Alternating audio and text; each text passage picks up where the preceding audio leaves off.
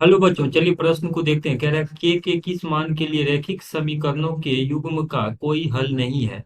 और रैखिक समीकरण युग्म यहाँ पे दिया गया है 2x - ky जोड़ 3 बराबर 0 और 3x जोड़ 2y - 1 बराबर 0। तो दिए गए प्रश्न के लिए हमारे पास जो मुख्य अवधारणा है,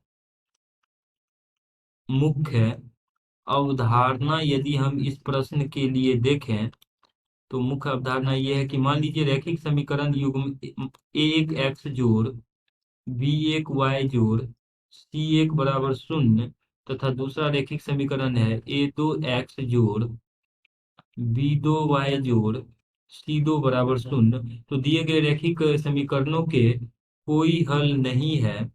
अगर इसका कोई हल नहीं है के लिए स्थिति देखें तो ये होता है ए एक बट्टा ए दो बराबर बी एक बट्टा बी दो और ये बराबर नहीं होना चाहिए सी एक बट्टा सी दो के।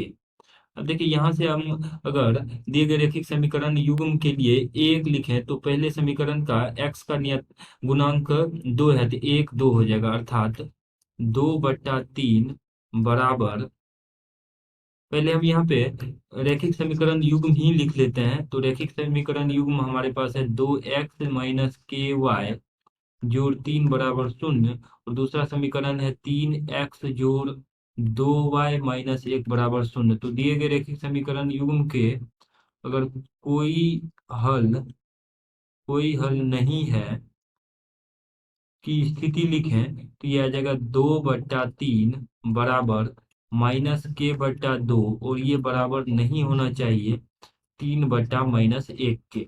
अब यहाँ से हम प्रथम और द्वितीय भाग से हल करते हैं इन दोनों को। तो -k को 3 से गुना करेंगे तो -3 के बराबर हो जाएगा 2 गुना 2 अर्थात 4। तो यहाँ से k का मान आ जाएगा -3 से विभाजित कर देंगे दोनों तरफ, दिया जाएगा -4/3। तो k का मान आ रहा है -4/3। अब देखिए k के इस मान के लिए ये बराबर नहीं होना चाहिए 3/-k के, यानी -k/2 ये बराबर नहीं होना चाहिए। यहाँ पर जो दिया गया है 3/-1 अर्थात -3 के। तो माइनस से माइनस ये कट जाएगा तो यहाँ से k बराबर नहीं होना चाहिए 2 गुना 3 अर्थात 6 के। तो k का मान 6 के बराबर नहीं होना चाहिए और हमने जो यहाँ k का मान निकाला -4/3 है।